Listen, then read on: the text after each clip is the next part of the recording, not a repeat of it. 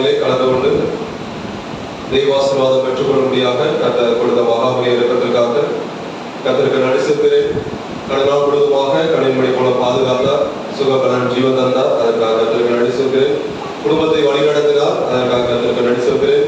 இந்த நாளிலே கர்த்தர் கொடுத்த வசனங்களை நாம் தியானித்து நம்முடைய ஆத்மாவிற்கு பிரயோஜனப்படுத்திக் கொள்வோமாக. தீத்து 2வது அதிகாரம் 14வது வசனம். தீத்து 2வது அதிகாரம் 14வது வசனம்.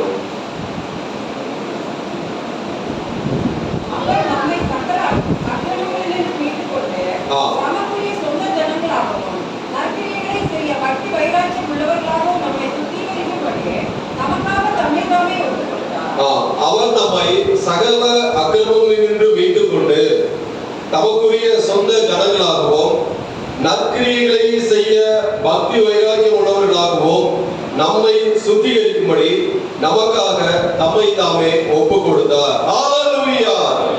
எதற்காக இயேசு தம்மை ஒப்பு கொடுத்தார், சிலுவையிலே ஒப்பு கொடுத்தார் என்றால் நம்மை எல்லா அக்கிரமங்களிலிருந்து நம்மை மீட்கும்படியாகவும், நாம் செய்த பாவங்கள், நம் முன்னோர் செய்த பாவங்கள், அக்கிரமங்கள், அவைகளிலிருந்து எல்லா ஜனங்களையும் மீட்கும்படியாகவும், அவருக்கு சொந்த ஜனமாக இருக்கும்படியாகவும், அவருடைய பிள்ளைகளாக, தேவனுடைய பிள்ளைகளாக இருக்கும்படியாகவும், நற்கிரியைகளை செய்ய பக்தி வைராக்கியம் உள்ளவர்களாகவும் இருக்கும்படியாக தம்மை தாமே ஒப்பு கொடுத்தார். பாருங்க, இந்த இடத்துல சகல அக்கிரமங்களிலிருந்து மீண்டு கொண்டு, இது நமக்கு எல்லாருக்கும் தெரியும், நம்முடைய பாவங்கள், எல்லா பாவங்களையும் அவர் மீட்டு கொண்டார். அவருடைய சொந்த ஜனங்களாக, அவருடைய பிள்ளைகளாக மாறும்படியாக அதற்காக ஒப்பு கொடுத்தார். ஆனால் மூன்றாவதாக ஒரு காரியம் குறிப்பிடப்பட்டிருக்கிறது. நற்கிரியைகளை செய்ய பக்தி வைராக்கியம் உள்ளவர்களாகவும், நற்கிரியைகளை செய்ய பக்தி வைராக்கியம் உள்ளவர்களாகவும், இதற்காகவும் தம்மை ஒப்பு கொடுத்தார். நம்முடைய பக்தி வைராக்கியம் எங்கே? நம்முடைய பக்தி வைராக்கியம் இந்த நாள்களிலே எப்படிப்பட்டதாக இருக்கிறது? பக்தியுள்ளவர்களை கர்த்தர் தமக்காக தெரிந்து கொண்டார் என்று நாம் வேதத்திலே வாசிக்கிறோம். சங்கீதம் 4வது அதிகாரம் 3வது வசனம். சங்கீதம் 4:3.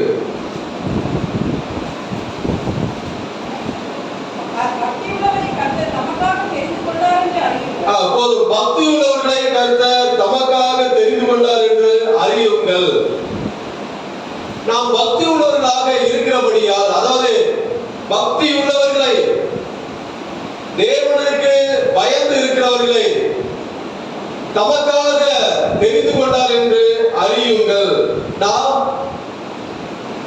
நம்மை அவர் தெரிந்து கொண்டார் எதற்காக என்றால் பக்தி உள்ளவர்களாக இருக்கும்படியாக, பக்தி வைராக்கியம் உள்ளவர்களாக இருக்கும்படியாக, நற்கிரியைகளை செய்ய பக்தி வைராக்கியம் உள்ளவர்களாக இருக்கும்படியாக தம்மை அவர் ஒப்பு கொடுத்தார். அதற்காகத்தான் நம்மை அவர் நாட்களிலே தெரிந்து கொண்டார். எதற்காக நம்மை தெரிந்து கொண்டார்? பக்தி வைராக்கியம் பாராட்டும்படியாக. நம்ம இந்த நாட்களில் நம்முடைய பக்தி வைராக்கியம் எப்படிப்பட்டதாக இருக்கிறது? பக்தி வைராக்கியம் என்றால் என்ன? பக்தி வைராக்கியம் என்ன? பக்தி வைராக்கியம் பக்தி வைராக்கியம் என்ன? பக்தி அது அப்படின்னா என்ன?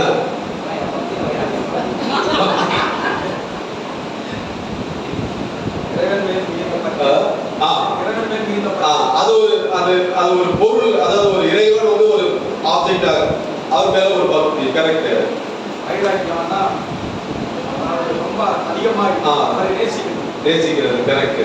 அதை செயல்படுத்துறது, அவருக்காய் வாழும், அவருக்காய் வாழும். பக்தி வைராக்கியம்னா என்ன பாருங்க. பிலிப்பியர் 3வது அதிகாரம், பிலிப்பியர் 3வது அதிகாரம் 7வது வசனம்.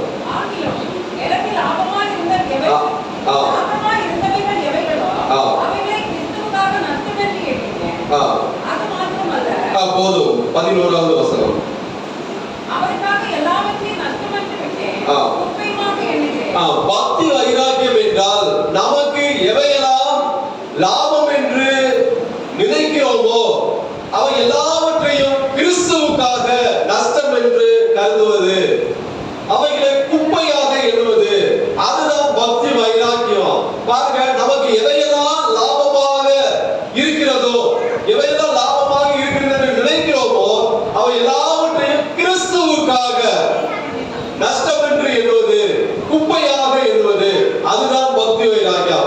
பாருங்க, எக்ஸாம்பிள் பாருங்க. சண்டே, இதை நான் திருப்பி சொல்ல வேண்டியது இருக்கு. சண்டே வந்து நம்ம ஆபீஸ்ல வேலை வச்சுட்டாங்கன்னு வச்சுக்க, நம்ம என்ன பண்றோம்? சண்டே ஒரு நாள் வந்தா உங்களுக்கு டபுள் இன்கிரிமெண்ட் பாங்க, சண்டே ஒரு நாள் வந்தா உங்களுக்கு நான் ப்ரமோஷன் கொடுக்குறேன் பாங்க. ஆனா நாம என்ன பண்றோம்? நாம அதை பிக் பண்ணிட்டு, அதாவது நான் அங்க போகாம நம்ம ஆராதனைக்கு வர பாருங்க, அதுதான் பக்தி வைராக்கியம். அதாவது நமக்கு லாபமாக இருக்குது. நான் ஞாயிற்றுக்கிழமை வேலைக்கு போனா எனக்கு ஒரு லாபம், எனக்கு டபுள் சேலரி வரும், எனக்கு ப்ரமோஷன் கிடைக்கும் அப்படி என்று சொல்லுவாங்க. அந்த லாபத்தை கிறிஸ்துவுக்காக நஷ்டம், அதெல்லாம் எனக்கு தேவையில்லை, எனக்கு இறைவன் ஒருவரே போதும், இந்த குப்பெல்லாம் எனக்கு தேவையில்லை அப்படி என்று நினைக்கிறோம் பாருங்க, அதுதான் பக்தி வைராக்கியம். ஹalleluya! நம்முடைய பக்தி வைராக்கியம் எங்கே பாருங்க? சண்டே ஒரு டீல், ஒரு பிசினஸ் பேசுறாங்க, ஒரு டீலை முடித்து கொடுத்தா நீங்க வாங்க, சண்டே வாங்கினா சண்டே தான் நிறைய பேர் லீவ்ல இருப்பாங்க, அங்க வர சொல்லுவாங்க. அந்த டீல் முடித்து கொடுத்தா உனக்கு ரொம்ப அமௌண்ட், நிறைய அமௌண்ட் கிடைக்கும், பணம் கிடைக்கும் என்று சொல்லுவார்கள். ஆனா நாம என்ன பண்றோம்? அதெல்லாம் வேண்டாம், எனக்கு ஞாயிற்றுக்கிழமை எவ்வளவு லட்சம் கொடுத்தாலும் சரி வரமாட்டேன்.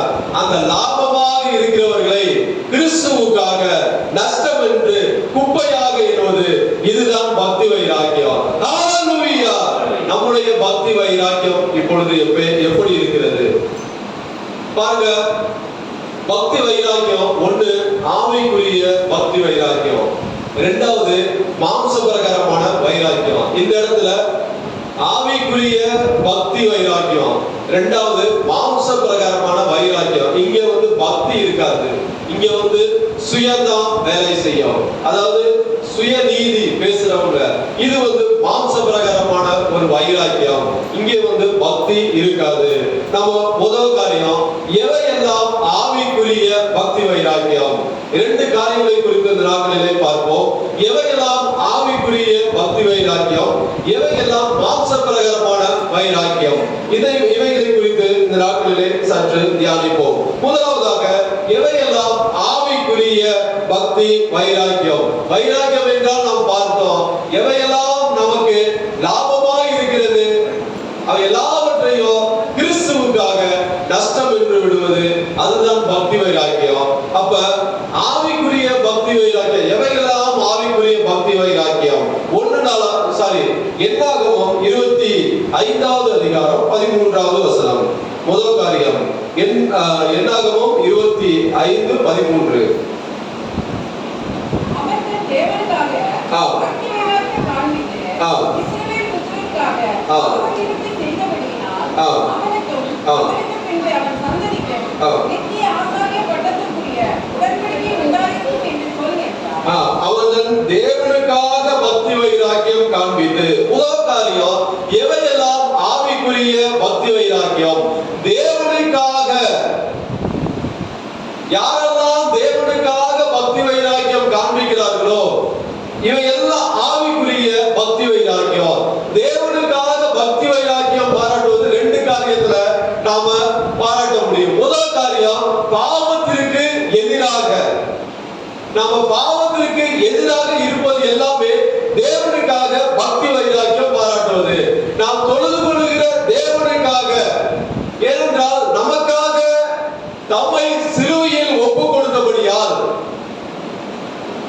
நாம் நற்கிரிகளை செய்ய பக்தி வைராக்கியம் உள்ளவர்களாக இருக்கும்படியாக நமக்காக அவர் சிலுவையிலே ஒப்பு கொடுத்தபடியால் நாம் தொழுது கொள்கிற தேவனுக்காக என்ன பண்ண வேண்டும்? பாவத்திற்கு எதிராக நாம காணப்பட வேண்டும். அவன் பாருங்க, அந்த பிணைக்காஸ் பெரிய ஒரு பாவத்தை, அதாவது அவன் கண்களில் பார்த்துட்டான். பார்த்த உடனே அவனுக்கு வந்தது ஒரு கோபம், ஒரு ஈட்டி எடுத்து போய் ரெண்டு பேர்த்தையும் சொருக அடி குத்தி போட்டான். அதற்கு முன்பதாக இந்த வாதை இஸ்ரவேல் ஜனங்கள் இந்த செய்த பாவத்தின் நிமித்தமாக கிட்டத்தட்ட ஏறக்குறைய 24,000 இஸ்ரவேல் ஜனங்கள் இறந்து போனார்கள். வாதை போய்கொண்டே இருந்தது, இறந்து கொண்டே இருந்தார்கள், கவுண்ட் அதிகமாகிக் கொண்டே இருந்தது. ஆனால் அந்த பாவம், அதாவது பாவத்தின் நிமித்தமாக உண்டான அந்த வாதை நிற்கல. அந்த நேரம் பார்த்து 2 பேர் அந்த வர்றாங்க. வந்து அந்த பாவத்தை செய்தபடியால் இவனுக்கு வந்தது கோபம், ஈட்டியோட சொல்லி குதிட்டான். தேவனுக்காக இந்த இடத்துல அவன் பக்தி வைராக்கியம், அதாவது பாவத்திற்கு எதிராக இவன் பக்தி வைராக்கியம் பாராட்டினார். ஹல்லேலூயா!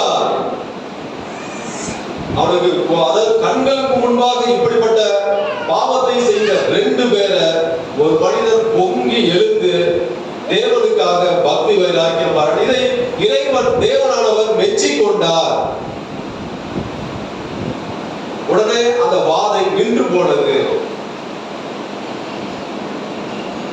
9வது வசனம், 8வது வசனத்துல 8வது வசனம் 25:8. இஸ்ரவேலனாகிய அந்த மனிதன் நேசித்தனம் பண்ணும் அறையிலே அவன் பின்னாலே போய் இஸ்ரவேல் மனிதனும் அந்த ஸ்திரீயுமாகிய 20 வயதிலும் வீட்டை உருவி போக அவர்களை குத்திப் போட்டான். அப்பொழுது இஸ்ரவேல் புத்திரரில் உண்டான வாதை நின்று போயிற்று. அந்த வாதையால் செத்தவர்கள் 24,000. பாருங்க, அப்பொழுது எதற்காக இந்த வாதை, எதற்காக ஜனங்கள் எல்லாம் செத்து கொண்டிருக்கிறார்கள் என்று தெரியாம இருந்தார்கள். உடனே இவன் ஒரு காரியம் செய்தான். அது நிமித்தமாக அந்த வாதை நின்று போயிட்டது. 24,000 பேர் இறந்து போனார்கள். அந்த ஆட்கள், அதாவது வேத வல்லுநர்கள் என்ன சொல்லுகிறார்கள் என்றால், அந்த வாதை இப்ப எல்லாம் எய்ட்ஸ் சொல்ற பாருங்க, அப்படி கூட இருக்கலாம் என்று சொல்லுகிறார்கள். தெரியல, ஆனா இருக்கலாம் என்று சொல்லுகிறார்கள். பாருங்க, இப்ப தேவனுக்காக பக்தி வைராக்கியம் பாருங்க. முதலாவதாக பாவத்திற்கு எதிராக. 2வது காரியம் பாருங்க, அந்நிய தேவர்களை பணிந்து கொள்வதற்கு எதிராக. இவை எல்லாம் தேவனுக்காக பக்தி வைராக்கியம் பாராட்டுவது. எல்லாருக்கும் தெரியும், சாத்ராக், மேஷாக், ஆபேத்நேகோ எந்த சூழ்நிலையிலும் அந்நிய தேவர்களை பணிந்து கொள்ளக்கூடாது. நான் செத்தாலும் சாகிறான், நீ நிறுத்தின பர்சனை நான் வணங்க மாட்டேன் என்று அவர்கள் தேவனுக்காக பக்தி வைராக்கியம் பாராட்டினார்கள். நான் உண்மையான தேவனை தொழுது கொள்வனை ஒழிய அந்நிய தேவர்களை பணிந்து கொள்ள மாட்டேன் என்று அந்நிய தேவர்களை பணிந்து கொள்வதற்கு எதிராக அவர்கள் பக்தி வைராக்கியம், நான் உங்களுடைய தேவனை தொழுது கொள்ளவே மாட்டேன் அப்படி என்று பக்தி வைராக்கியம் பாராட்டினார்கள். இந்த நாட்களில் நம்முடைய ஆவிக்குரிய பக்தி வைராக்கியம் எப்படிப்பட்டதாக இருக்கிறது? தேவனுக்காக பக்தி வைராக்கியம் பாராட்டுறோமா? தேவனுக்காக என்றால் பாவத்திற்கு எதிராக நாம பக்தி வைராக்கியம் பாராட்டுறோமா? அந்நிய தேவர்களை பணிந்து கொள்வதற்கு எதிராக நாம பக்தி வைராக்கியம் பாராட்டுறோமா? இப்படிப்பட்ட சூழ்நிலைகளே நம்மிடத்தில் குறைகள் இருந்தால் இந்த நாட்களிலே நாம மாற்றிக்கொள்ள வேண்டும். பக்தி வைராக்கியம், ஆவிக்குரிய பக்தி வைராக்கியம் நம்மிடத்துல காணப்பட வேண்டும். தேவனுக்காக பக்தி வைராக்கியம் பாராட்ட வேண்டும். 2வது காரியம், சங்கீதம் 69 9வது வசனம். சங்கீதம் 69:9.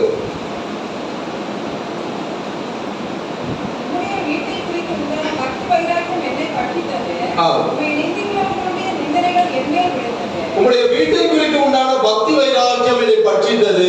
பாருங்க, 2வது காரியம் சபையை குறித்து, சபைக்காக, தேவனுடைய வீட்டை குறித்து. தேவனுடைய வீடு என்றால் அது சபையை குறிக்கிறதாக இருக்கிறது. அப்ப சபைக்காக, தேவனுடைய வீட்டிற்காக பக்தி வைராக்கியம் பாராட்டுவது. பாருங்க, இயேசுவானவர் தேவனுடைய வீட்டை குறித்து பக்தி வைராக்கியம் பாராட்டினார். எல்லாருக்கும் தெரியும், யோவான் 2வது அதிகாரம் 17வது வசனம். யோவான் 2:17.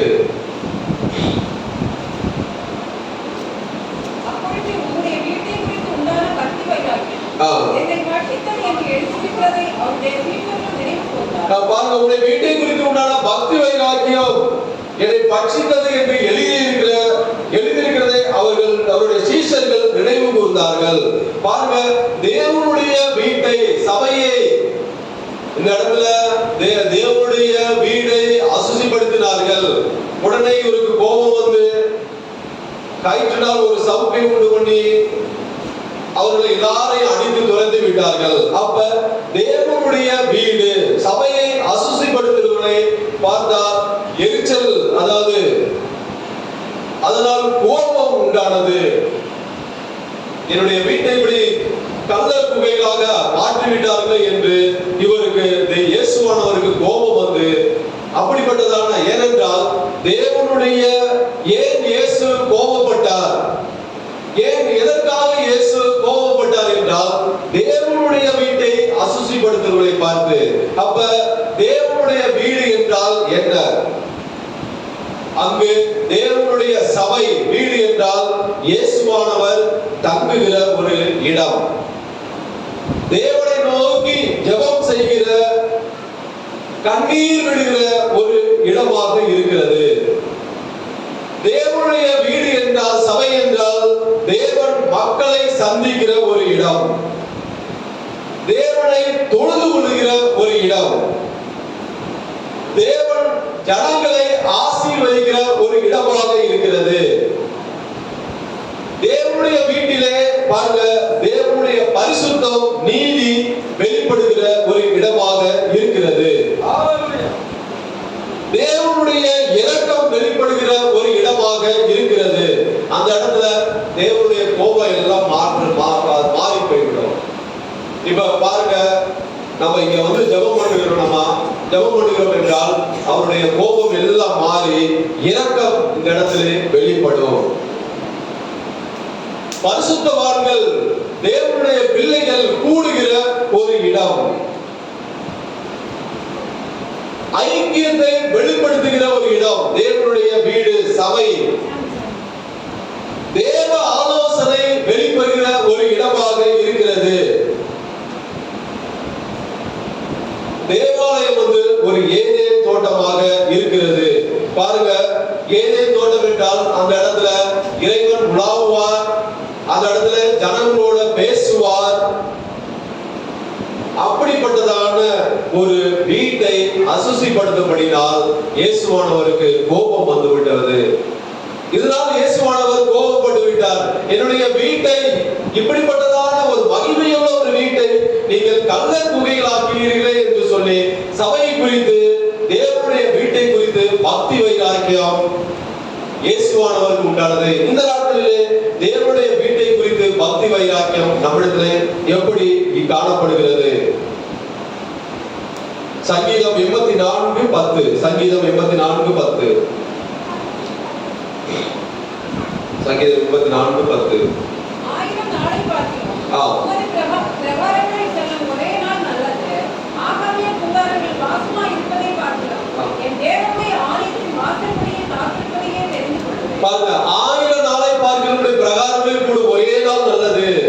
ஆகாமிய கூடாரங்களில் நமக்கு ஒரு வீடு இறைவன் கொடுத்திருக்கிறார். இந்த உலகத்திலே தங்குவதற்கு ஒரு வீட்டை எல்லாருக்கும் கொடுத்திருக்கிறார். அங்கே வாசமாய் இருப்பதை பார்க்கிறோம். அந்த வீட்டிலே வாசமாய் இருந்து இளைப்பாறுவதை பார்க்கிறோம். தேவனுடைய ஆலயத்தின் வாசற்படியில் காத்திருப்பதையே தெரிந்து கொள்ளுவேன். அருமையான தேவனுடைய பிள்ளைகளே, நம்முடைய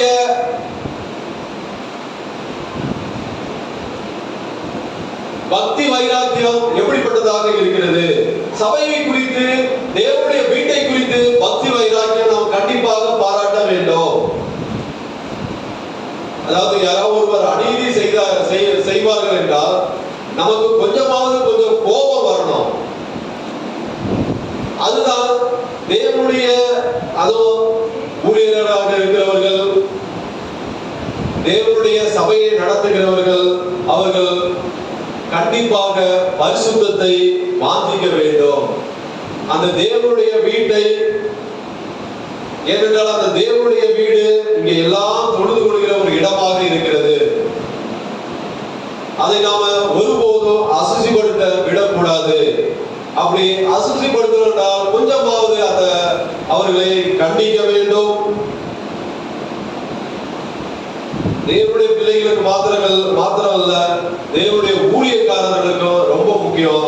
தேவனுடைய ஊழியக்காரர்கள் கண்டிப்பாக பரிசுத்தமாக இருக்க வேண்டும்.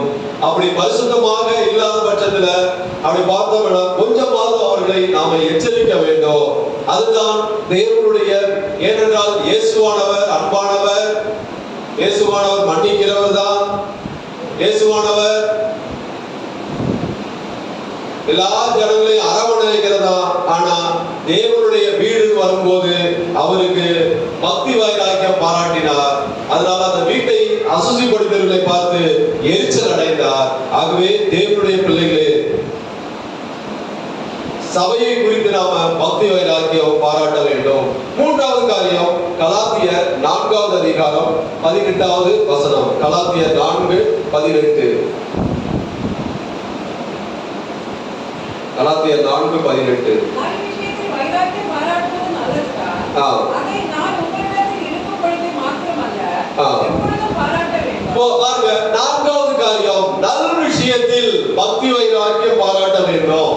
நல்ல விஷயம், நற்காரியங்களில் நம்முடைய கிரியைகள் நற்காரியங்களாக இருக்கும் போது அதை பார்த்து மற்றவர்கள் பக்தி வைராக்கியம் பாராட்டு. பாருங்க, இப்ப நான் நல்ல காரியம் செய்யறேன் அப்படி என்றால் என்னை பார்த்து ஒரு சில பேர் நல்ல காரியம் பண்ணால் அது நிமித்தமாக அவர்கள் பக்தி வைராக்கியம் பாராட்டுவார்கள்.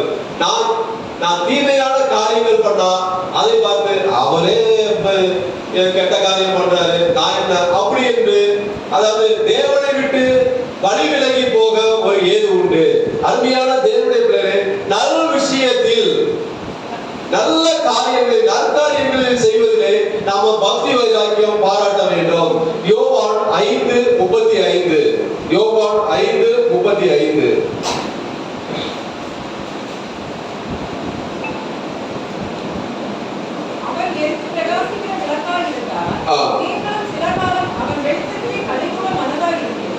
பாருங்க, எரிந்து பிரகாசிக்கிற, அதெல்லாம் எரிந்து பிரகாசிக்கிற, அப்படி என்றால் அவன் பக்தி வைராக்கியம் உடையவனாக இருந்தான். எரிந்து பிரகாசிக்கிற அந்த பதம், அதோட அர்த்தம் பக்தி வைராக்கியம் உடையவனாக இருந்தான். அது நிமித்தமாக, அந்த பக்தி வைராக்கியத்தை நிமித்தமாக அநேக, அதாவது அவனுடைய வெளிச்சத்திலே கலிகூற, அவனுடைய வெளிச்சம், அவனுடைய பக்தி வைராக்கியத்தை நிமித்தமாக அநேக நன்மை பெற்றவர்களாக இருந்தார்கள். அது நிமித்தம் அநேக நன்மை பெற்றார்கள். நல்ல விஷயம். அப்ப நல்ல விஷயம் என்றால் என்ன? சத்தியத்திற்கு சாட்சி.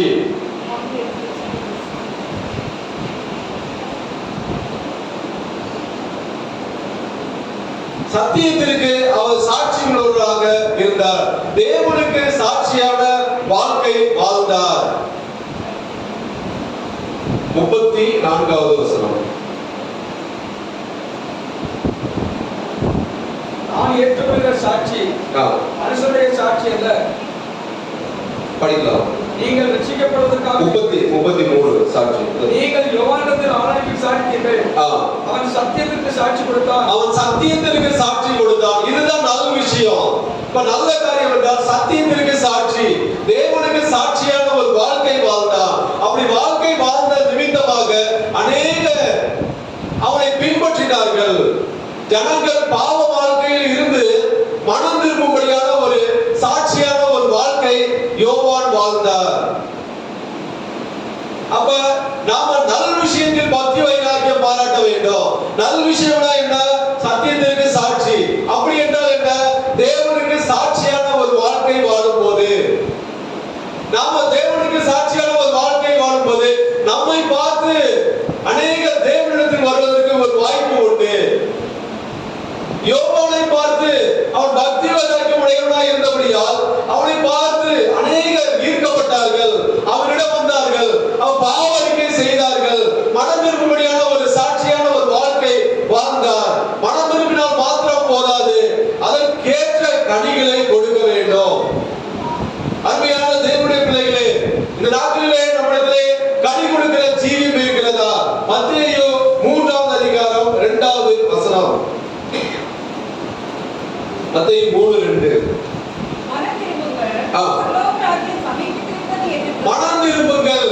பாருங்க, அவன் மனம் திரும்புங்கள் என்று சொன்னார் என்றால் அவருடைய வாழ்க்கை எப்படி இருந்தது? அவரே பாவ வாழ்க்கையில் இருந்துட்டு மனம் திரும்புங்கள் அப்படி என்று சொன்னார். அநேக ஜனங்கள் ஏற்றுக்கொண்டிருப்பார்களா? ஏற்றுக்கொண்டிருக்க மாட்டார்கள். அப்ப அவருடைய வாழ்க்கை பரிசுத்த வாழ்க்கை, சத்தியத்திற்கு சாட்சியுள்ள ஒரு வாழ்க்கை வாழ்ந்தபடியினால் அவர் இந்த வார்த்தையை சொல்வதற்கு மனம் திரும்புங்கள். அவர்கள் போய் பாவங்களை அறிக்கையிட்டார்கள். அருமையான தேவனுடைய பிள்ளைகளே, நம்முடைய வாழ்க்கை எப்படி இருக்கிறது? நல்ல விஷயத்திலே பக்தி வைராக்கியம் பாராட்டுறோமா? நாம் மனம் திரும்பினா மாத்திரம் போதாது, நம்முடைய வாழ்க்கையை கனி கொடுக்கிற ஒரு வாழ்க்கை வாழ வேண்டும். 8வது வசனம் மத்தேயு 3:8. மனம் திரும்புதலுக்கு ஏற்ற கனிகளை கொடுங்கள். அது என்ன மனம் திரும்புதலுக்கு ஏற்ற கனிகள்? நாம சில பேர் மனம் திரும்பி இருப்போம், ஆனா அதுக்கு ஏற்ற கனி இருக்காது. நான் தேவனுடைய பிள்ளை என்று சொல்லுவோம், ஆனா அதற்கு ஏற்ற கனி இருக்காது. என்னுடைய பாவங்கள் எல்லாவற்றையும் நான் விட்டு வந்தேன் என்று சொல்லுவோம், ஆனா மறுபடியும் எப்பயாவது பாருங்க, இந்த குடிகாரர்கள்லாம் பாத்தீங்கன்னா பாருங்க, அவங்களுக்கு அந்த குடியை விடும்போது கையெல்லாம் நடுங்கும். ரோட்ல போகும்போது அந்த கடையை பார்த்துட்டாங்கன்னா போதும். எங்க ஆபீஸ்ல ஒரு பையன், ஒரு ஃப்ரெண்ட் இருந்தான். அவன் வந்து ஜாயின் பண்ணும்போது பயங்கர குடிச்சுட்டு இருந்தான். அப்புறம் ஒரு பீரியட்ல விட்டுட்டான், குடியை விட்டுட்டான். ஒரு மாசமா கேட்டான், என்னடா ஆச்சு அப்படின்னா, நல்ல ஏன்னா அவன் வெள்ளிக்கிழமை ஆனா அவனுக்கு வந்து 2 பாட்டில் வாங்கி வீட்டுக்கு போயிடுவான். அப்ப கேட்டான், வெள்ளிக்கிழமை என்னடா போய் இன்னைக்கு என்ன அப்படின்னா, இல்ல நான் குடியை விட்டுட்டேன் அப்படின்னா. அப்புறம் ஒரு 2 வாரம் கழிச்சு நாங்க டீ குடிக்கிறதுக்காக கடந்து போயிட்டு இருந்தோம். போயிட்டு இருக்கும்போது அந்த கடையை பார்த்தோம் அப்படின்னு அவன், என்னடா ஆச்சு அப்படின்னா, இல்ல பழையாம வந்துருச்சு அப்படிங்கிறான்.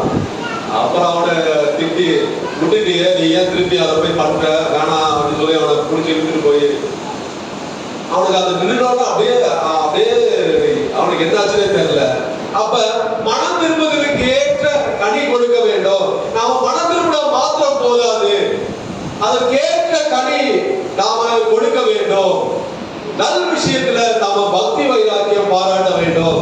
இதை கர்த்தர் எதிர்பார்க்கிறார். நல்ல விஷயம் என்றால் சத்தியத்திற்கு சாட்சி, தேவனுக்கு சாட்சியான ஒரு வாழ்க்கை. பாவ வாழ்க்கையிலிருந்து வெளியே வந்து மறுபடியும் அந்த வாழ்க்கைக்கு நாம போகக்கூடாது. அதற்கேற்ற கனி கொடுக்க வேண்டும். இதை இறைவன் விரும்புகிறார். 4வது காரியம் சகரியா 8வது அதிகாரம் 2வது வசனம் 3வது வசனம். சகரியா 8:2-3.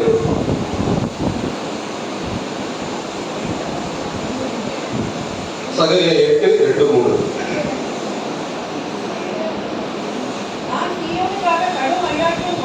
அதற்காக மகா முக்கியமான வைராக்கியம் கொண்டேன் என்று சேனைகளின் கர்த்தர் சொல்கிறார். நான் சீயோனிடத்தில் திரும்பி எருசலேமின் நடுவே வாசம் பண்ணுவேன். எருசலேம் சத்திய நகரம் என்றும் சேனைகளுடைய கர்த்தரின் பர்வதம் பரிசுத்த பர்வதம் என்று அழைக்கப்படும் என்று கர்த்தர் சொல்லுகிறார். பாருங்க, தேவன் ஆயத்தம் பண்ணின பரிசுத்த ஸ்தலத்தை பார்க்கும்படியாக பக்தி வைராக்கியம், அதாவது சீயோனுக்காக கடும் வைராக்கியம் கொண்டேன். இது வந்து சேனைகளுடைய கர்த்தரின் வார்த்தை உண்டாகி அப்படி என்று எழுதப்பட்டிருக்கிறது.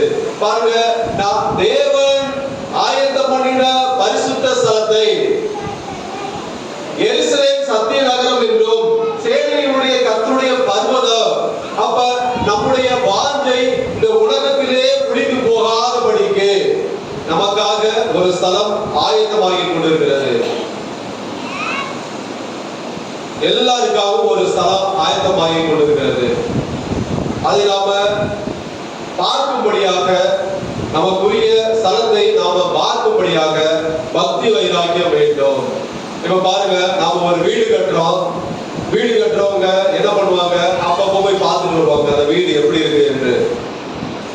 அந்த வீடு கட்டி முடிக்கிற வரையும் அவனுடைய நினைப்பு எல்லாம் அந்த வீட்டின் மேல எதை இருக்கும். அதுபோல அருமையான தேவனுடைய பிள்ளைகளே, நமக்காக ஒரு வீடு, ஒரு ஸ்தலம் இயேசுவானவர் ஆயத்தம் பண்ணி கொண்டிருக்கிறார். அந்த வீட்டை நாம பார்க்கும்படியாக அந்த பக்தி வைராக்கியம் வேண்டும். இயேசுவானவர் கட்டின வீடு எப்படி இருக்க போகிறது என்று அந்த வீட்டை பார்க்க வேண்டுமா? அதை பார்ப்பதற்கு பக்தி வைராக்கியம் நமக்கு இருக்க வேண்டும். பாருங்க, யோபுவை போல பக்தி வைராக்கியம் உடையவராக இருக்க வேண்டும். முதலாவது காரியம், அதாவது நான் தேவன் ஆயத்தம் பண்ணின ஸ்தலத்தை பார்க்கும்படியான ஒரு பக்தி வைராக்கியம். எல்லாருக்கும் தெரியும், தேவன் இந்த உலகத்தை விட்டு கடந்து போயிருக்கிறார், மறுபடியும் வருவார். அவர் போகும்போது சொல்லிவிட்டு போயிருக்கிறார், உங்களுக்காக ஒரு ஸ்தலத்தை ஆயத்தம் பண்ண போகிறேன் என்று. அப்ப நமக்காக அவர் கட்டி கொண்டிருக்கிற வீடு எப்படி இருக்கிறது என்று நாம் பார்க்க வேண்டும் அல்லவா? அதை பார்ப்பதற்கு நமக்கு பக்தி வைராக்கியம் வேண்டும். யோபு 19வது அதிகாரம், யோபு 19 25 இருந்து படிக்கும்.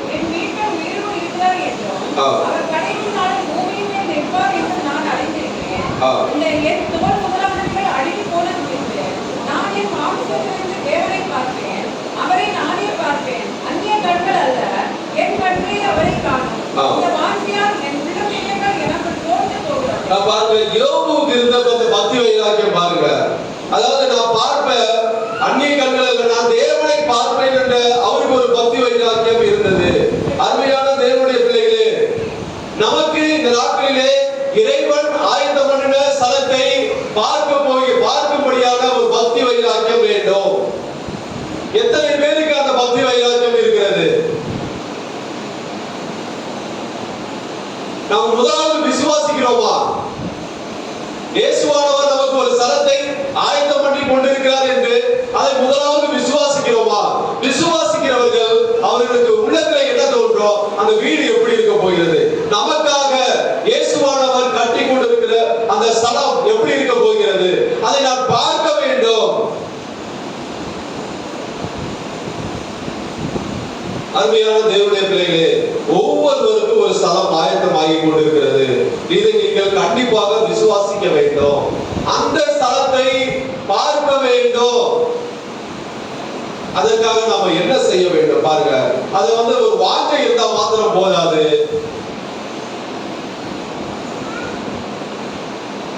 அதோட முயற்சி. ஒருத்தருக்கு சின்ன வீடாக இருக்க போகுது, ஒருத்தருக்கு மாளிகையாக இருக்கலாம். அவர்களுடைய கிரியைகளுக்கு ஏற்ற மாதிரி பாருங்க, நாம சம்பாதிக்கிறோம், நம்முடைய ஒவ்வொருவருடைய சம்பாத்தியத்துக்கு ஏற்ற மாதிரி வீடு இருக்கும். இந்த உலகத்துல 2 லட்சம் 3 லட்சம் சம்பளம்னா அவங்க நல்ல ஒரு ஏரியால இருப்பாங்க. கொஞ்சம் சம்பளம்னா அதற்கேற்ற வீடு அவர்களால் முடிந்த அளவுக்கு அந்த வீட்டை கட்டி கொள்வார்கள். அதுபோல நம்முடைய கிரியைகளுக்கு ஏற்ற ஒரு வீட்டை தேவன் ஆயத்தம் பண்ணி கொண்டிருக்கிறார். ஒவ்வொருவருக்காகவும் ஒரு வீட்டை ஆயத்தம் பண்ணி கொண்டிருக்கிறார். அந்த ஆயத்தம் பண்ணி கொண்டிருக்கிற வீட்டை பார்க்கும்படியான பக்தி வைராக்கியம் இருக்கிறதா? கண்டிப்பாக இருக்க வேண்டும். ஆண்டவரே, எனக்காக ஆயத்தம் பண்ணின வீட்டை நான் பார்க்கும்படியாக பக்தி வைராக்கியம் எனக்கு வேண்டும். அந்த பர்வதம், அந்த எருசலேம் நகரத்தை நான் பார்க்கும்படியாக அப்படிப்பட்டதான ஒரு பக்தி வைராக்கியம் நம்மிடத்திலே காணப்பட வேண்டும். அப்படி இல்லை என்றால் இந்த நாட்களிலே நீங்கள் அதை விரும்புங்கள், அதை வாஞ்சியுங்கள். நீங்கள் வாங்கிட்டீர்கள் என்றால் அதை நீங்கள் பார்க்க முடியும். யோபு 31வது அதிகாரம் 1-2. யோபு 31:1-2. என் கண்களோடு உடன்படிக்கை பண்ணினான் ஒரு கன்னிகையின் மேல் நினைப்பாய் இருப்பது எப்படி? அப்பொழுது உன்னதத்திலிருந்து தேவன் அளிக்க வந்தோம், உன்னதத்திலிருந்து சர்வவல்லவர் கொடுத்த சுதந்திரமும் கிடைக்குமா? பாருங்க, நான் தேவனை பார்ப்பேன் என்று சொல்லுகிறார். என் கண்கள் இல்ல, அது அந்நிய கண்கள் இல்ல, என் கண்களை காணும் என்று சொல்லுகிறார். அப்ப அவருடைய கண்கள்ல உடன்படிக்கை பண்றார். பாருங்க, நான் தேவனை பார்க்க போகிறேன் என்று அவர் பக்தி வைராக்கியம் பாராட்டினார். அப்ப நான் பார்ப்பதற்காக அவர் அந்த கண்களுக்கு உடன்படிக்கை பண்ணுகிறார். பாருங்க, என் கண்களோடு உடன்படிக்கை பண்ணினார். பாருங்க, ஏனென்றால் நான் தேவனை பார்ப்பேன், அந்நிய கண்கள் அல்ல, என் கண்களே அவர்களை காணும் அப்படி என்று பக்தி வைராக்கியம் பாராட்டினார்.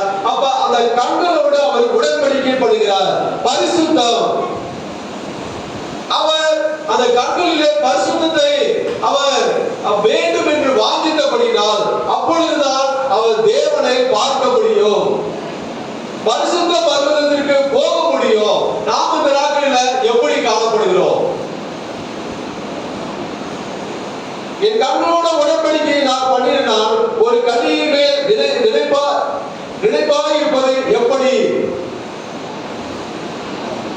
அவர் உலகத்தில் இருக்கிறார். அருமையான தேவனுடைய பிள்ளைகளே, நாம எப்படி பக்தி வைராக்கியம் பாராட்டுகிறோம்? நம்ம சொல்றோம் இறைவன் நமக்கு பரிசுத்தத்தை கொடுக்க வேண்டும் என்று. ஆனா அந்த பரிசுத்தத்திற்கு நம்ம என்ன பண்ணுகிறோம்? நன்றாக விளங்கிக் கொள்ளுங்கள். யோபு நான் பார்ப்பேன் என்று, அவர் கண்களால் பார்ப்பேன் என்று பக்தி வைராக்கியம் பாராட்டினார். ஆனா அந்த கண்களோடு அவர் உடன்படிக்கை, என்னுடைய கண்கள் பரிசுத்தமாக இருக்க வேண்டும் ஆண்டவரே அப்படி என்று கண்களோடு உடன்படிக்கை பண்ணுகிறார். அருமையான தேவனுடைய பிள்ளைகளே, தேவன் ஆயத்தம் பண்ணின பரிசுத்த ஸ்தலத்தை பார்க்கும்படியாக பக்தி வைராக்கியம் வேண்டும். அந்த பக்தி வைராக்கியம் எப்படி யோபை போல இருக்க வேண்டும். பரிசுத்தம், நம்முடைய பரிசுத்தம் நாம் பரிசுத்தமாய் இருப்போம் என்றால் தேவன் ஆயத்தம் பண்ணின பரிசுத்த ஸ்தலத்தை நாம பார்க்க முடியும். ஹல்லேலூயா. பக்தி வைராக்கியம் உடையவர்கள் நாம பயப்படலாமா?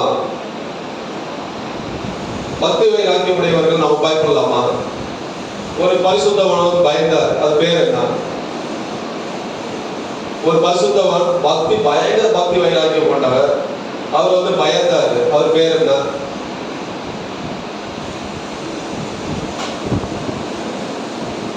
பயங்கர பக்தி வைராக்கியம் பாராட்ட ஒரு பரிசுத்தவான், ஒரு மனிதர் வச்சுக்கிறார், அவர் ரொம்ப பயந்துட்டாரு. சரி, அவர் ஒரு தீர்க்கதரிசி, அவர் பேர் என்ன? எலியா. பாருங்க, 1 ராஜாக்கள் 19வது அதிகாரம் 17வது வசனம். 1 ராஜாக்கள் 19:17.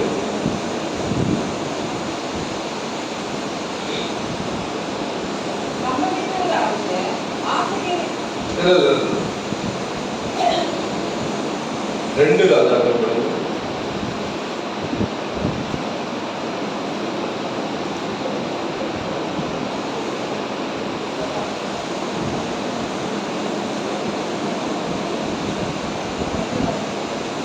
பொண்ணு ராஜாக்கள் தான் 19:14. சாரி,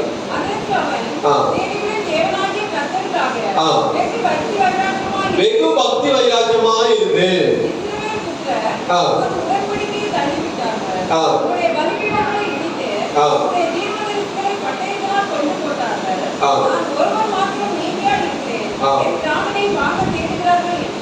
பாருங்க, அவர் எங்க போய் பயத்துல எங்க போய் தங்கினார் பாருங்க. ஒரு கெபிக்குள்ளார போய் ஒளிந்து கொண்டார். அவர் வெகு பக்தி வைராக்கியம் பாராட்டின ஒரு மனிதர். ஆனா அந்த இயேசபேல் அந்த அவளுக்காக அவளுக்கு பயந்து போய் ஒரு கெபிக்குள்ளார போய் ஒளிந்து, ஆண்டவரே என் ஜீவனை எடுத்துக்கொள்ளும், நான் வெகு பக்தி வைராக்கியமா இருந்தேன், என் ஜீவனை எடுத்துக்கொள்ளும் என்று ஒரு பயம், அவருக்கு பயம் வந்து விட்டது. ஆக வெகு பக்தி வைராக்கியமாக இருந்த எலியா கெபிக்குள்ள போய் ஒளிந்து கொண்டார். அவர்தான் கர்த்தரே தெய்வம் என்று சாதித்த ஒரு மனிதர், சாதித்த ஒரு பெரிய ஒரு தீர்க்கதரிசி. சாதாரண ஒரு நம்ம பேச்சுவார்த்தை சொல்லணும்னு பார்த்தா எப்படி சொல்லுவாங்க, போய் ஒரு ஒப்பனைக்கு பயந்து போய் அப்படி சொல்றோம் பாத்தீங்களா? அவர் பெரிய ஒரு அற்புதம் செஞ்ச ஒரு மனிதர். ஆனாலும் அவருக்கு ஒரு பயம் வந்து விட்டது. அருமையான தேவனுடைய பிள்ளைகளே, பக்தி வைராக்கியம் உடையவர்கள் ஒருபோது நாம பயப்படவே கூடாது. நாம பயந்தோம் என்றால் நாம தேவனை மறுதலிக்கிறோம் என்று அர்த்தம். நாம எப்பொழுது பயப்படுறோமோ, இப்ப இயேசபேல் அந்த ஸ்திரீக்கு பயந்தது நிமித்தமாக அவர் போய் ஒளிந்து கொண்டார். அப்ப அவளை நாம அந்த மனுஷிக்கு எவ்வளவு பெரிய தீர்க்கதரிசிய என்னுடைய பிராணனை எடுத்து விடுவாளே என்று அவர் பயந்து போய்விட்டார். அருமையான தேவனுடைய பிள்ளைகளே, இந்த நாட்களில் பக்தி வைராக்கியம் பாராட்டுகிற நாம ஒருபோதும் பயப்படக்கூடாது. எவ்வளவு பிரச்சனை வந்தாலும் நாம பயப்படவே கூடாது. நான் சேனைகளின் தேவனாகிய கர்த்தருக்காக வெகு பக்தி வைராக்கியமாய் இருந்தேன். இந்த நாட்கள்ல நம்முடைய பக்தி வைராக்கியம் நாம் உடையவர்களாக இருக்கிறோம். ஆனால் நாம ஒருபோதும் பயப்படக்கூடாது. ரோமர் 10வது அதிகாரம் 2வது வசனம். ரோமர் 10:2. தேவனை பற்றி அவர்களுக்கு வைராக்கியம் உள்ளது. அவர்களை குறித்து சாட்சி சொல்லிட்டு ஆனாலும் அது அறிவிக்கிற வைராக்கியம் அல்ல. இங்க பாருங்க, இங்க ஒரு வசனத்தை வாசிக்கிறோம் பாருங்க. தேவனை பற்றி அவர்களுக்கு வைராக்கியம் உண்டு என்று அவர்களை குறித்து சாட்சி சொல்லுகிறேன், ஆகிலும் அது அறிவுக்கேற்ற வைராக்கியம் அல்ல. ஆகிலும் அது அறிவுக்கேற்ற வைராக்கியம் அல்ல. பாருங்க, அதாவது அறிவுக்கேற்ற வைராக்கியம் இல்லாதவர்கள் அவர்கள் யார் இப்படிப்பட்டவர்களாக இருப்பார்கள்? தேவ நீதியை தள்ளி சுயநீதியை நிலைநாட்டுகிறவர்கள். இவர்கள் பக்தி வைராக்கியத்திற்கு எதிரானவர்கள். இவர்கள் தான் பாருங்க மாம்ச பிரகாரமான வைராக்கியம் உடையவர்கள். இரண்டாவது காரியம், முதல் காரியம், நாம இவையெல்லாம் ஆவிக்குரிய பக்தி வைராக்கியம் என்று நாம் பார்த்தோம். தேவனுக்காக பக்தி வைராக்கியம் பாராட்டுவது, சபைக்காக பக்தி வைராக்கியம் பாராட்டுவது, நல் விஷயத்தில் பக்தி வைராக்கியம் பாராட்டுவது, தேவன் ஆயத்தப்படின பரிசுத்த ஸ்தலத்தை பார்க்கும்படியாக பக்தி வைராக்கியம் பாராட்டுவது, இதை குறித்து நாம பார்த்தோம். இரண்டாவது காரியம் பாருங்க, மாம்ச பிரகாரமான வைராக்கியம். இந்த வைராக்கியம் இதுல பக்தி இருக்காது.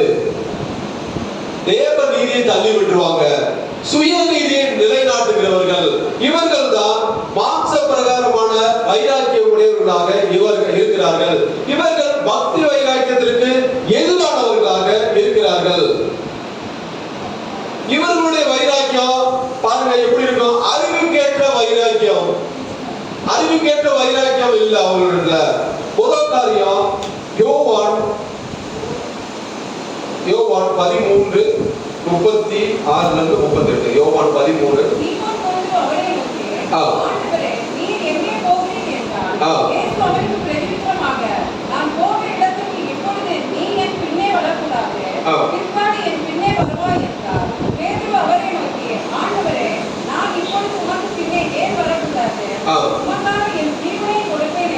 உமக்காக என் ஜீவனையும் கொடுப்பேன் என்றார்.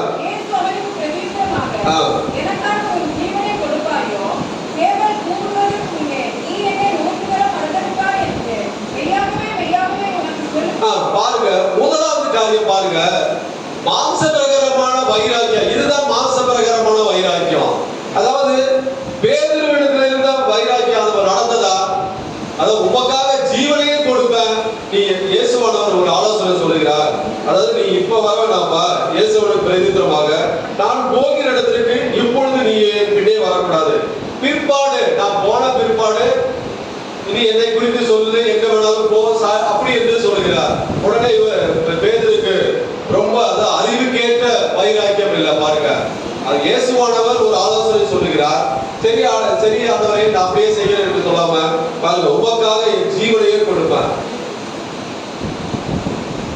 இது மாம்ச பிரகாரமான வைராக்கியம். இது அறிவுக்கேற்ற வைராக்கியம் இல்லை. அப்ப அவருடைய உமக்காக ஜீவனையே கொடுப்பேன் கடைசியில கொடுத்தாரா? அப்ப கொடுக்கல, ஆனா பின்னாடி கொடுத்தாரு. ஆனா அந்த நேரத்துல அவருடைய வைராக்கியம் சுக்குநூறாக உடைந்து போனது. சில வேளைகளில் நாம இப்படிதான் காணப்படுகிறோம். அதாவது அறிவுக்கேற்ற வைராக்கியம் இருக்காது. ஆண்டவரை உமக்காக என்ன வேணாலும் செய்வாண்டவரை அப்படின்னு சொல்லுவோம். ஆனா கர்த்தர் சொல்லுவார், பொறுமையா இருப்பா பாரு. ஆனா நம்ம என்ன பண்ணுவோம்? நம்முடைய ஆவிக்குரிய ஜீவியம் சில பேருக்கு எப்படி இருக்குன்னா, ஓடும் போது கிடுகிடுன்னு, அதாவது கொஞ்சம் ஸ்பிரிச்சுவல் ஆயிட்டாங்கன்னா பயங்கர ஃபாஸ்டா ஓடுவாங்க. அப்புறம் ஏதாவது ஒரு தடை வந்துச்சுன்னா அப்படியே விழுந்துருவாங்க. விழுந்துட்டு அங்க இருந்து எந்திரிக்கவே முடியாது அவங்களால. நம்முடைய ஆவிக்குரிய வாழ்க்கை எப்படின்னா, அதாவது ஏற்றம் இறக்கம், ஏறி ஏறி ஏறி ஏறி இருக்கும். அதாவது ரொம்ப அதுதான் ஸ்லோ அண்ட் ஸ்டெடியா இருக்கும். அதாவது நீங்க ரொம்ப ஏறக்கூடாது, ரொம்ப அப்படியே பிளாட்டா போயிடக்கூடாது. சில வேளை பிரச்சனை வரும். அந்த பிரச்சனை இல்லாம உடனே நாம சரி செய்துட்டு மறுபடியும் எழுந்திருக்கணும், மறுபடியும் போகணும். இப்படியே தான் நம்முடைய ஆவிக்குரிய வாழ்க்கை இந்த உலகத்திலேயே காணப்படும். நாம ஃபாஸ்டா போற சொல்லிட்டு வேகமா போய் மேல போனீங்கன்னா பொத்து நோண்டினா ஒரு எலும்பு கூட இருக்காது. அதாவது ரொம்ப அப்படியே ஸ்டெடியா போகணும். அதுக்காக நீங்க குழிக்குள்ளாக அப்படியே கீழேயே போகணும்னு சொல்லல. நான் நம்முடைய அதாவது எந்த ஒரு காரியத்தை எடுத்தாலும் ஓவர் எக்ஸாசரேட் பண்ணுவாங்க பாத்தீங்களா. சில பேர் ரொம்ப அப்படியே எந்துவா இருப்பாங்க. அப்படி இருக்கக்கூடாது.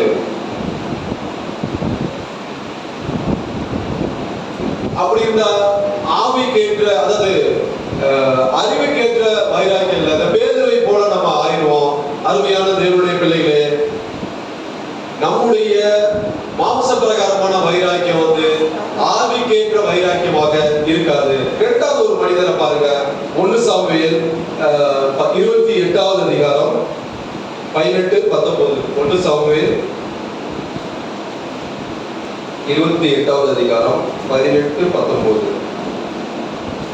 நீ கர்த்தருடைய சொல் கேளாமலும் அவருக்கு இருந்த கோபத்தின் உக்கிரத்தை தீர்க்காமலும் போனபடியினால் கர்த்தர் இன்றைய தினம் உனக்கு இந்த பிரகாரமாக செய்தார். கர்த்தர் உன்னுடைய தினமாகிய இஸ்ரவேலரையும் பெலிஸ்தியர் கையில் ஒப்புக் கொடுத்தார். நாளைக்கு நீயும் உன் குமாரனும் என்னோடு இருப்பீர்கள்.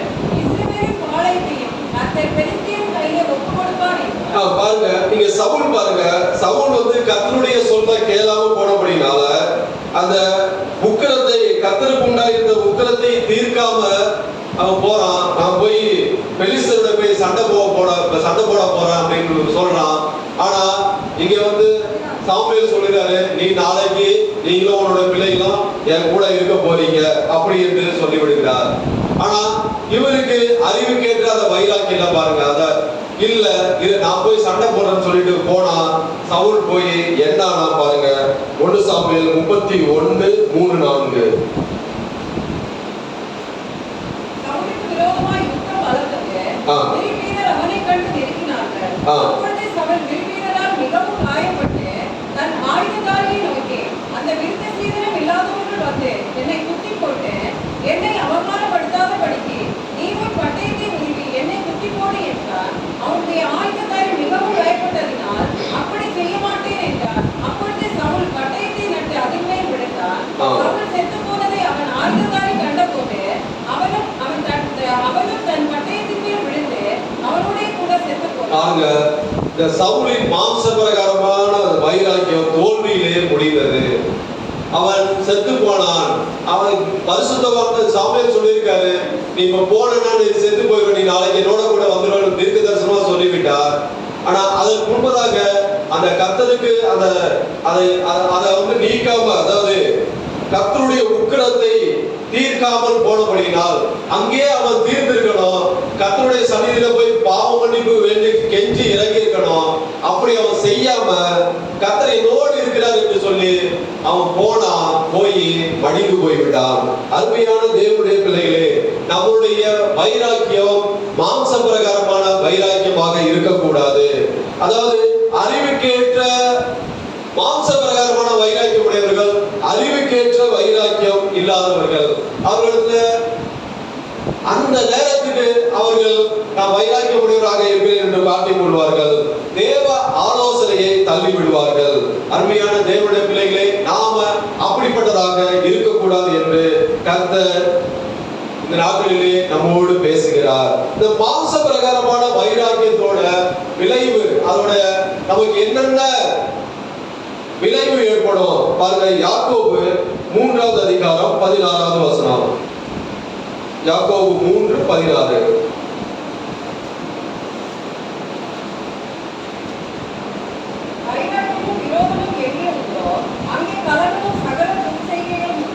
பாருங்க, மாம்ச பிரகாரமான வைராக்கியத்தின் விளைவுனா அங்கே கலகம் உண்டாகும், அங்கே துர்ச்செயல்கள், தேவனுக்கு பிரியமில்லாத காரியங்கள் காணப்படும். மாம்ச பிரகாரமான வைராக்கியம் எங்க இருக்கிறதோ அங்கே கலகம் உண்டாகும், துர்ச்செயல்கள், தேவனுக்கு பிரியமில்லாத காரியங்கள் உண்டாகும் என்று ஆவியானவர் குறிப்பிடுகிறார். கலாத்தியர் 5வது அதிகாரம் 20வது வசனம். கலாத்தியர் 5:20. ஃபர்ஸ்ட் இது மட்டும் வாசிக்கலாம். கலாத்தியர் 5:20. இல்ல, கலாத்தியர் 5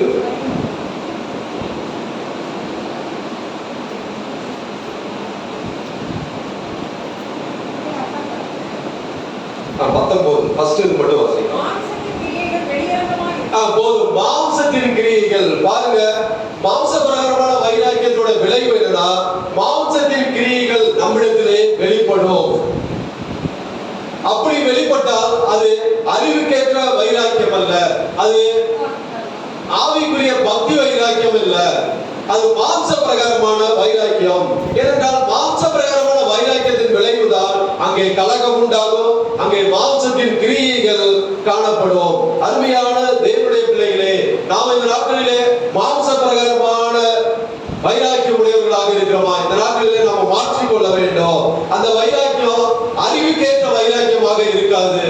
ஏதோ அந்த நேரத்துக்கு அவர்களுடைய, அதாவது அப்படிப்பட்டவர்கள் தேவ நீதியை தள்ளி விடுவார்கள், தன்னுடைய சுயநீதியை நிலைநாட்ட விரும்புவார்கள்.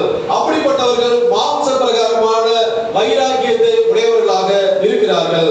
அருமையான தேவனுடைய பிள்ளைகளே, இந்த நாட்களிலே மாம்ச பிரகாரமான வைராக்கியத்திலிருந்து நாம அப்படி இருந்தால் இந்த நாட்களிலே மாற்றிக்கொள்ள வேண்டும். சங்கீதம் 119 139, சங்கீதம் 119 139.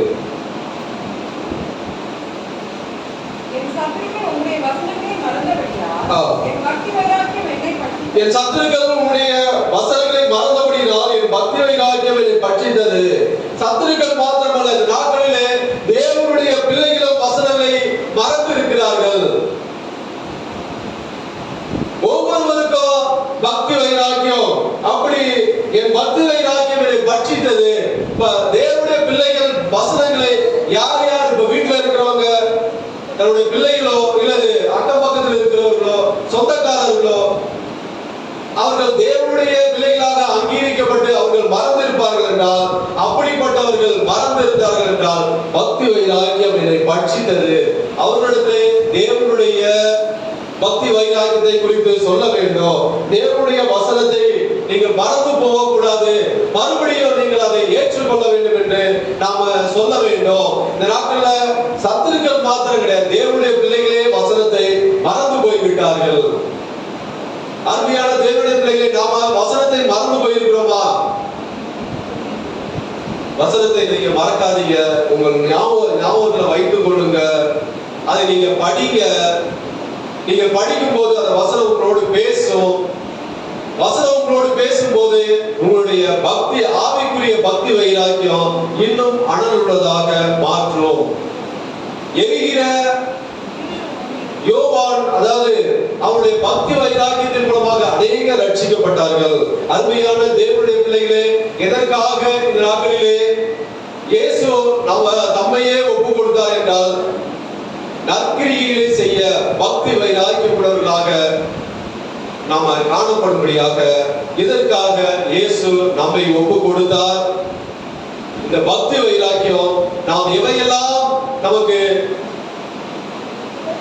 அதாவது லாபமாக இருக்கிறதோ அவை எல்லாவற்றை நஷ்டம் என்று எண்ணுவது, இதுதான் பக்தி வைராக்கியம்.